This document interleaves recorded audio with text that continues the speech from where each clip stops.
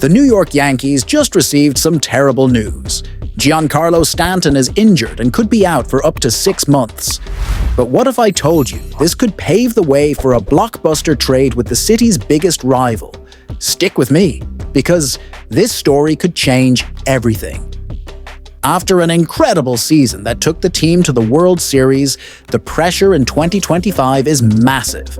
The departure of Juan Soto to the Mets was a big blow, but the Yankees responded well in the market and, for many, are even stronger now.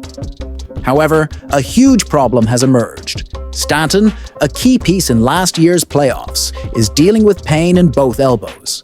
And this isn't new. The issue has been lingering since last season, and now a new update has left the fans panicked. The good news? He's expected to avoid surgery. The bad news? The injury could sideline him for up to 6 months. That means a huge hole in the designated hitter role. But this situation could open an unexpected door. The Yankees have been trying to trade Marcus Stroman for months, especially after the arrival of Max Fried, which made a 6-man rotation unfeasible. The problem? Stroman's contract and reputation have made negotiations difficult, but that's where the New York Mets come into play. With the blockbuster signing of Juan Soto, the Mets want to get rid of Starling Marte's contract, who is still owed $20 million in 2025.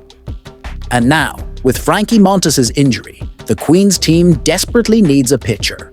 And that's where the trade starts to make sense. Marte would earn slightly more than Stroman, and if used solely as a designated hitter, could be a viable replacement for Stanton.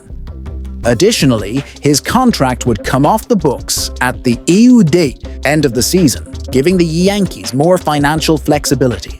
Meanwhile, the Mets would get an immediate boost to their rotation without compromising their future. But there's one catch. Would the Mets accept Stroman back? The pitcher had some disagreements with the franchise in the past, especially when he opted out of the shortened 2020 season. On top of that, his contract includes a clause that could guarantee him an extra $18.3 million in 2026 if he surpasses 140 innings pitched. Another point to consider is the impact this trade would have on the dynamics of both teams. With Marte's arrival, the Yankees would have more offensive options, allowing for a more efficient lineup rotation. Meanwhile, the Mets could finally reinforce their rotation, which has struggled with injuries and inconsistencies in recent years. The fit between the two players looks perfect on paper, but MLB politics and behind-the-scenes factors could complicate things. Another factor that could influence this trade is the performance of Jason Dominguez, one of the Yankees' top prospects. If he lives up to expectations, the need for a reinforcement like Marte may be lower. On the other hand, if he struggles, Marte would be essential insurance for the Bronx team.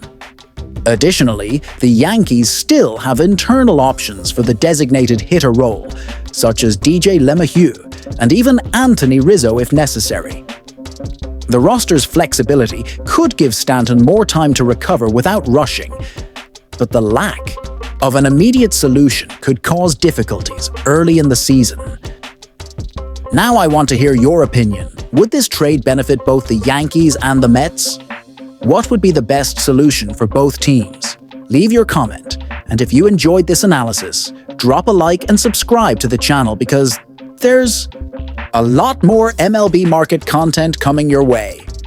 And if you want to know more about how the Yankees are preparing for the season, click on the next video on the screen. See you there.